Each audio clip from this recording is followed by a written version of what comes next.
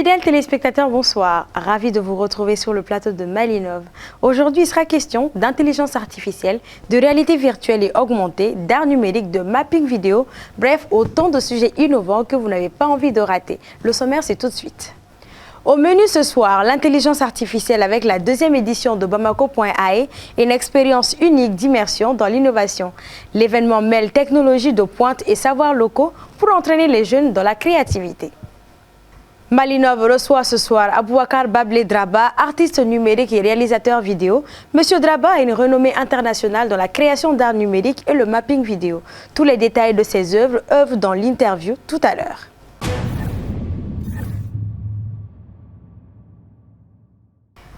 De l'innovation avec nos cultures au travers de l'intelligence artificielle, de la réalité virtuelle, des masterclass, de jeux concours et tellement de contenus riches encore, tel était ce que proposait Bamako.ai saison 2, un événement sur l'éthique et l'intelligence artificielle au service de l'Afrique.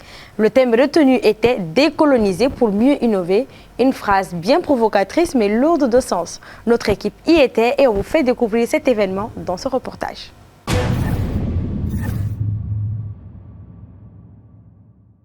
Un décor atypique, une ambiance singulière qui respire l'enthousiasme et la curiosité, des activités par-ci et par-là. Le Centre international de conférences de Bamako a abrité du 29 mai au 2 juin 2024 l'événement Bamako.ai, une deuxième édition dont l'organisation était de loin supérieure à tout ce que l'on pourrait imaginer d'un événement auquel vous avez l'habitude de vous rendre. Exposition d'œuvres d'art avec possibilité d'interaction via votre téléphone par scan de code QR, réalité virtuelle, concours touchant à l'architecture et au savoir-faire artisanaux africains, l'expérience voulue par cette exposition était d'apporter un regard nouveau sur l'éthique aux personnes venues prendre part aux activités. Bamako.ai s'est conçu comme une multitude d'expériences différentes qui allient toujours en fait les cultures endogènes qui sont représentées par exemple par des maçons qui sont venus de Tombouctou, de Djenné, du pays de Gand, de Mopti, de Kai, de différentes régions, des artisans aussi en vannerie qui sont venus de Gao par exemple, des potiers, de potières, de Bamako, de toutes les régions en fait. Donc on trouve aussi des créateurs de valeur qui sont ici derrière. Mais on trouve aussi d'autres activités qui sont axées sur la technologie, les technologies émergentes. Donc vous pouvez parler avec l'intelligence artificielle que nous avons développée qui parle en Bamanakan. Vous pouvez essayer des expériences de réalité virtuelle en mettant des casques et en voyageant au pays de Gand directement, dans des guinas, par exemple la guina de la parole, en se trouvant dans des musées virtuels. Vous pouvez essayer l'impression 3D, vous pouvez essayer par exemple la réalité augmentée. Rien qu'avec votre téléphone, vous pouvez essayer par exemple des masques de Gand, des masques de différentes cultures, des coupes de cheveux aussi afro-africaines, quoi. Donc voilà, c'est vraiment le mélange de technologies émergentes et de savoirs endogènes, ancestraux, locaux. Oui, c'est la première fois que je viens ici, tout court même, parce que d'habitude je ne visite pas. Et quand je suis venue, on m'a parlé de ça, quoi. J'ai vu l'affiche, donc j'ai scanné et autres. Je voulais visiter et je suis venue, j'ai été vraiment surprise parce que c'est la première fois que je vois ça même au Mali, quoi. Donc j'étais vraiment surprise quand je suis rentrée et surtout les méthodes technologique de pouvoir prendre des images par vidéo et puis ça va nous dire de quoi parle l'image, quoi. C'était vraiment très innovant pour le Mali, quoi. C'était un peu choquant d'imaginer qu'on pouvait voir ça même au Mali. Donc je suis vraiment très contente de voir les progrès que le Mali fait dans le niveau technologie. Donc je suis contente de l'événement, je suis contente de comment ça se passe. L'expérience visiteur était un des points marquants certes, mais autre point fort de cette exposition, c'était l'intérêt accordé au savoir-faire culturel pouvant être magnifié par l'utilisation des TIC et de l'intelligence artificielle. Pour ce faire, masterclass et stand pour conception locaux en argile et en bambou, et bien d'autres encore. Tout était là pour nous en apprendre un peu plus sur les concepts et nous montrer que nos connaissances propres à nos communautés peuvent tout autant être innovantes. Bamako.ai, c'est le festival phare de Kabako Academy. C'est le festival où on met en avant nos savoirs endogènes, les savoirs locaux du Mali, les cultures locales du Mali, du Sahel en fait en général, avec les technologies émergentes. Donc on croit vraiment que le mix, en fait, le mélange de ces savoirs endogènes et des technologies émergentes peut créer des innovations qui peuvent donner des opportunités aux jeunes sahéliens pour innover, pour devenir des entrepreneurs eux-mêmes dans ces domaines-là. Des créateurs de valeur, comme M. Grip les a appelés. Une appellation qui a suscité notre curiosité à tel point que nous nous sommes rués vers ces derniers en quête de réponses. Perçu dans la société moderne comme un travail sans grande importance, l'artisanat traditionnel et local peut tout autant développer l'économie, comme avec le secteur rural par exemple, et Bamako.ai nous prouve qu'en vulgarisant les TIC à ce niveau, ces fameux créateurs de valeur peuvent encore mieux faire et atteindre leur plein potentiel.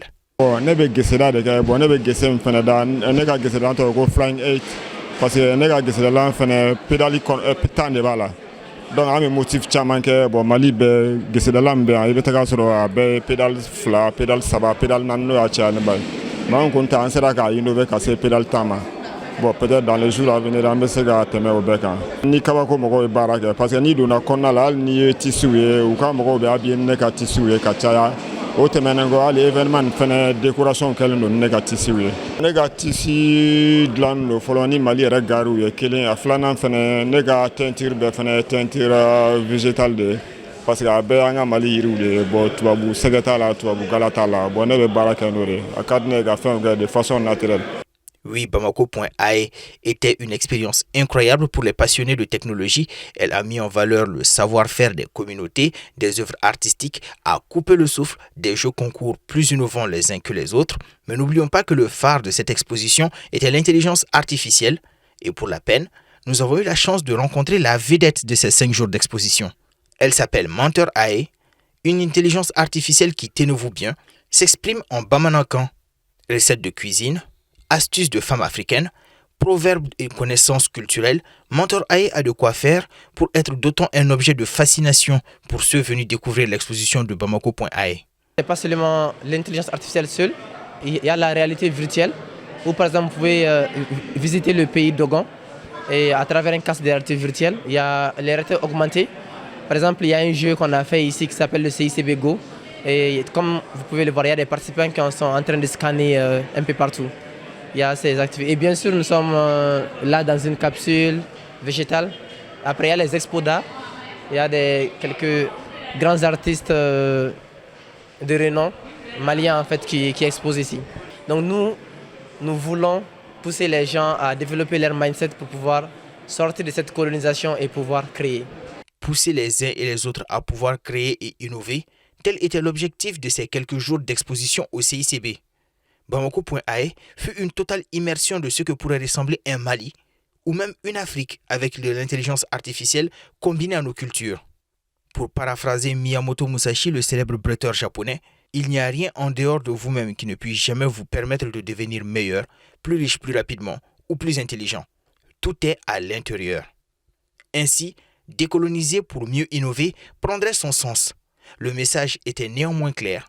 Osons croire en nos propres valeurs et connaissances pour construire l'avenir.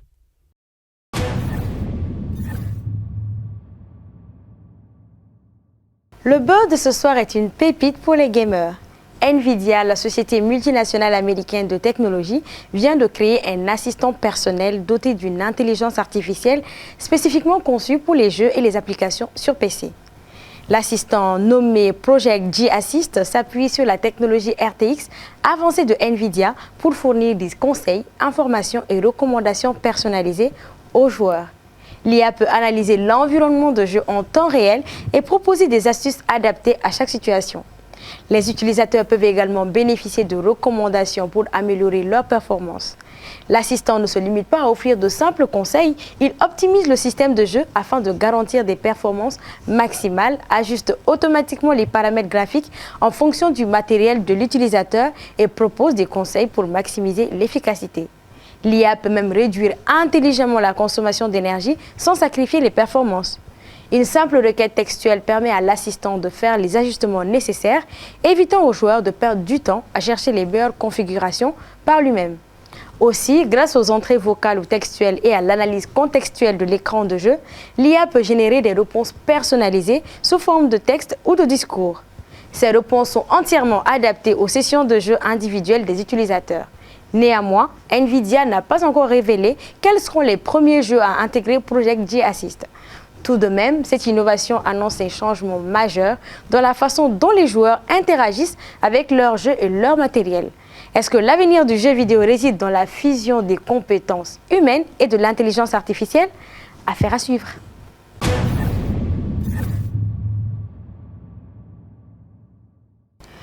Pour ceux qui manipulent régulièrement des PDF sur plusieurs machines, nous avons déniché une application pour mieux gérer cette tâche. Elle est multitâche et vous sera d'une grande utilité. Suivant.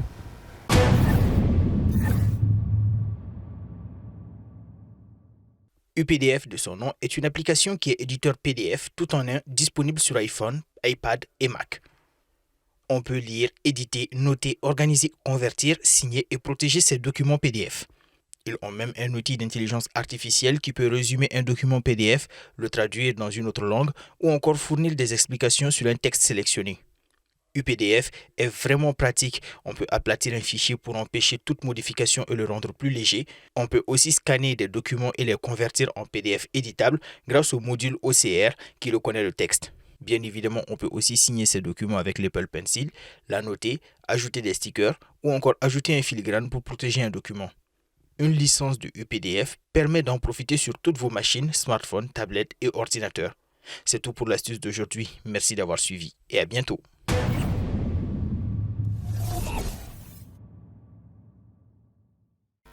Aujourd'hui, Malinov s'intéresse à l'intelligence artificielle, à la réalité virtuelle, la réalité augmentée, comme vous avez pu le voir en début d'émission.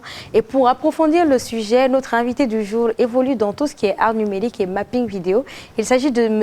Abouakar Bablé Draba. Bonsoir, M. Draba. Bonsoir. Bienvenue sur le plateau de Malinov. Merci pour l'invitation.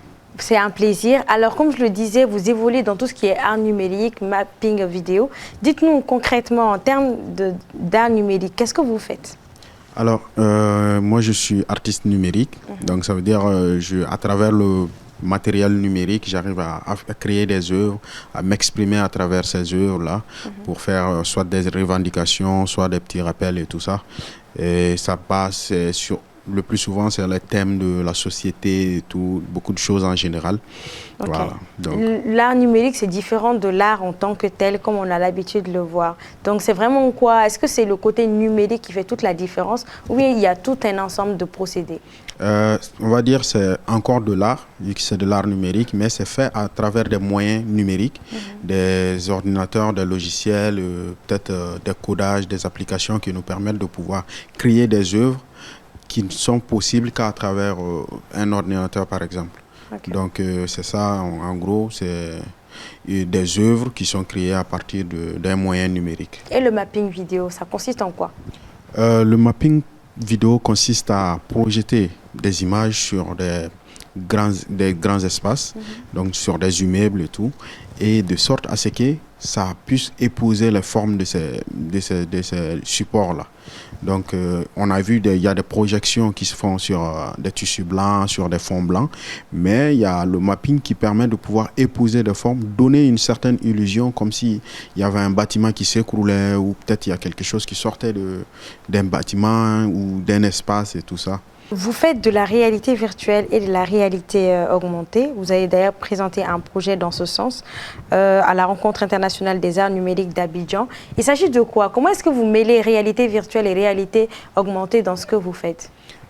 C'est juste une technique. C'était suite à une formation que j'avais eu à assister à participer à Dakar. Et là, on nous a appris comment faire de la réalité augmentée, on va dire.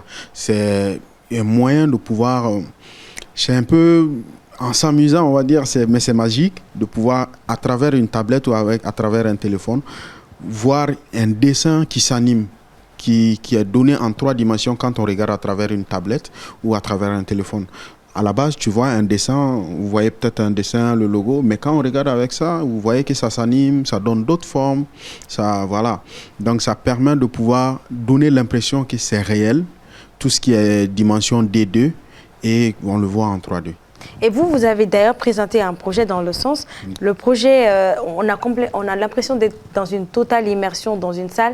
Qu'est-ce que vous essayez de refléter avec ce produit-là? Ok, le projet dont vous parlez, il s'appelle ILAM. C'est suite à une résidence que j'ai fait à Montréal. Et ça, c'était une immersion dans le Mali, on va dire. Parce que Ilam, c'est l'inverse de Mali quand on regarde à travers un miroir. Donc, dans ce projet, j'avais besoin de rappeler aux gens qu'on a besoin de se mirer pour comprendre vraiment qui on est, d'où on vient. Donc, d'où on vient, on va dire. D'où le fait qu'on retrouve un peu le pays Dogon, plein d'autres choses à l'intérieur. Et il y avait plusieurs, en fait ça c'était une installation interactive où il y avait toutes les régions du Mali qui étaient installées. Et au sol, il y avait une projection de ces régions-là. Une fois qu'on marche sur une région, et automatiquement la région, elle qui est là, elle s'allume. Et on entend les sonorités de cette région, on voit un peu les images de cette région. Pour dire, ça c'est aussi pour faire découvrir le Mali aux gens qui veulent visiter le Mali sans pour autant venir. Donc voilà ce qu'on retrouve aussi au Mali, les sonorités de telle région, mais c'est l'ensemble qui constitue le Mali en fait. Et ça c'était de la réalité virtuelle ou augmentée? Et ça c'était une installation numérique appuyée du mapping en fait. Étant dans l'art numérique, vous essayez de valoriser ce que vous faites. Et aujourd'hui, vous avez une structure de diffusion, de valorisation de la pratique numérique en Afrique de l'Ouest que vous avez nommée Dark Face Film. Alors, comment est-ce qu'à travers cette structure, vous valorisez un peu la culture de l'art numérique? Il faut dire que Dark Face Film, c'est à la base une structure de production audiovisuelle. Donc, on a commencé par ça et ensuite, on a commencé à former des jeunes. Et moi, étant médaillé des Jeux de la francophonie, je me suis dit, il serait bien de pouvoir former des gens aussi qui maîtrisent ces pratiques numériques dans la sous-région. D'où voilà, la volonté de Darkface de pouvoir former des jeunes. Et dans cette mission, nous avons initié un programme de formation qui s'appelle Transmettre. Et à travers ce programme, on a pu former 20 jeunes. Donc, certains du Mali, d'autres du Burkina et d'ailleurs. Donc, d'où on a fait la première édition, il y a eu 20 œuvres qui ont été diffusées, c'est ça. Vous venez de le dire, hein, vous êtes médaillé de la francophonie en matière d'art numérique. Vous êtes beaucoup sollicité à l'international par rapport à ce que vous faites, mais au Mali, pas vraiment. Qu'est-ce qui bloque? Je pense que c'est la méconnaissance un peu de cette pratique-là. Il y a des gens qui voient, mais qui ne savent pas ce que c'est. Donc ça fait que ici, on n'en demande pas beaucoup. À l'international, beaucoup de gens savent de quoi il s'agit et tout. Donc ils valorisent un peu. Et ici, on a du mal à... Il y a des gens même qui se posent des questions si c'est possible de le faire ici. Donc ça fait que c'est pourquoi à travers Darkface, on veut vraiment initier le maximum de jeunes et faire connaître vraiment cette pratique-là pour pouvoir... Donc vous pensez que les gens n'ont pas la connaissance de ce talent-là ici? Cette pratique, oui, c'est ça. C'est exactement ça. Et il y a des gens qui se posent des questions toujours, est-ce que c'est possible de le faire? Pourtant, voilà, on est là, on sert plus ailleurs qu'ici chez nous. Et ça, je trouve pas ça normal quand même. Qu'est-ce que cet outil peut représenter aujourd'hui dans un monde en proie à une totale transformation numérique en fait? Ça représente tout. Déjà, on est là, on s'étend vers le numérique et on passe plus de temps avec le téléphone qu'avec autre chose. Ouais. Pourtant, c'est des moyens de pouvoir communiquer et tout. Donc, avec ces pratiques-là, j'espère que les autres pratiques artistiques vont encore continuer, mais il y aura beaucoup d'assimilation avec les pratiques numériques qui vont vraiment pour pouvoir atteindre le maximum de jeunes. Parce que c'est que les jeunes qui utilisent beaucoup les téléphones et tout. Est-ce que l'art plastique, comme on a l'habitude de le voir d'habitude, peut ou doit basculer vers l'art numérique, par exemple? Pas forcément, parce que ce n'est pas des expressions pareilles.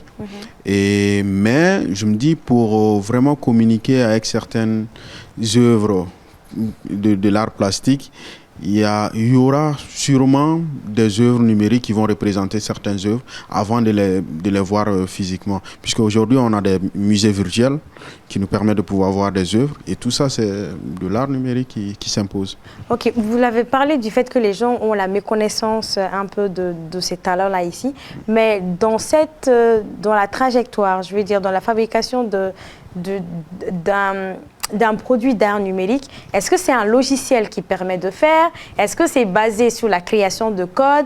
C'est basé sur l'application? C'est basé sur l'IA? C'est basé sur quoi? C'est basé sur tout ce que vous venez de citer. Parce que déjà, il faut un ordinateur pour pouvoir coder. Donc, il y a le code qui nous permet de faire beaucoup de choses. Il y a des logiciels qui nous permettent de pouvoir nous exprimer. En fait, et ces logiciels ne sont que des moyens. L'artiste, en lui-même, il sait ce qu'il veut ou il cherche à faire ce qu'il veut. Et ce n'est qu'à travers un ordinateur qui est un moyen numérique qui peut pouvoir vraiment réaliser son œuvre. Donc forcément, on a besoin de passer par ça, des logiciels ou bien du codage ou beaucoup d'autres choses. À la différence de l'art plastique, un tableau qui est dessiné, les gens vont l'acheter pour les mettre dans des bureaux, dans des salles, etc. Un produit d'art numérique, concrètement, il est utilisé dans quel domaine? Le plus souvent, c'est utilisé lors des grands spectacles ou peut-être lors des événements où on a envie d'illuminer un espace, d'attirer l'attention des passants ou peut-être des gens dans des grands espaces. Mais à part ça aussi, c'est des produits, par exemple, le projet ILAM que j'ai fait, c'est une installation numérique qui est mobile. Donc on peut installer de musée en musée, d'espace en espace, qui permet aux gens d'interagir. Et tout ça, c'est de coût en fait, on va dire. Est-ce que ça réfère par exemple à l'exemple, on a à Dubaï, ils ont un musée qui est futuriste, qui est complètement immersif, de réalité virtuelle, où on peut même remonter dans le temps, un peu comme des histoires, des empires qui ont existé avant, que les gens peuvent voir à travers. Est-ce que c'est les mêmes exemples? Voilà, ça aussi c'est un exemple de pouvoir vendre son œuvre. Donc c'est de créer un espace où les gens peuvent venir moyennant quelque chose pour pouvoir visiter l'endroit, mais difficilement l'apporter chez lui. Difficilement, mais c'est possible hein, puisque maintenant on a pensé à faire des petites projections de masques ou de petites choses qu'on peut mettre chez soi, qui est en perpétuelle animation, qui a du mapping chez soi à la maison. Voilà, donc ça c'est des œuvres qui peuvent être vendues. Quelles sont les perspectives que vous avez par rapport à votre projet de valorisation de la pratique numérique? Je persiste dans la formation des jeunes, à faire découvrir vraiment cette pratique d'art à travers le programme Transmettre. Donc on a eu à faire une première édition et la deuxième phase consiste à tourner vraiment avec ces œuvres-là qu'on a réalisées pendant la première avec les 20 étudiants, de tourner dans tous les festivals au Mali, pouvoir projeter, sensibiliser les gens, amener les gens à comprendre, à connaître cet art et aller sur une autre phase qui sera de former d'autres jeunes. D'accord. Est-ce que dans la rentabilité, puisque aujourd'hui au Mali les gens ne connaissent pas, est-ce que ça vous coûte plus d'en fabriquer ou que d'en proposer? C'est une réflexion artistique, donc on ne peut pas évaluer exactement combien ça peut coûter, mais une fois qu'on se met à travailler une œuvre, ça dépend de la volonté de l'artiste. Si l'artiste il veut réaliser quelque chose, voilà, s'il a un temps, une résidence ou un temps où il peut se concentrer à faire des recherches et tout, je ne saurais évaluer ça, mais voilà, moi personnellement, je me dis c'est pas coûter quand il faut réfléchir et faire son œuvre et faire ce qu'on aime. Mais à l'international, ça vous rapporte plus? À l'international, bien sûr, ça rapporte, puisque par exemple, un artiste qui va faire du mapping quelque part, c'est un cachet, il demande, donc il est payé à telle somme, ou par rapport à lui-même, à ses valeurs et tout, et il a d'autres avantages aussi qui lui permettent de gagner plus d'argent. D'accord. Mais voilà, ça peut coûter cher aussi. D'accord. Au-delà d'être reconnu à l'international en tant qu'artiste numérique et surtout en tant que quelqu'un qui fait du mapping vidéo, M. Bablé Draba se donne aussi comme objectif de faire développer ce concept-là au Mali. Pour lui, beaucoup de gens ne connaissent pas et ils auraient tout intérêt à découvrir la culture de l'art numérique. On va vous souhaiter bonne chance. Merci. Beaucoup de courage dans la formation que vous entreprenez pour inculquer un peu ce nouveau mode de faire au Mali et aux Maliens. Merci. Voilà, beaucoup d'art numérique, on espère. Et c'est la fin de Malinov de ce soir. On se dit à la semaine prochaine pour un tout nouveau numéro de votre émission numérique.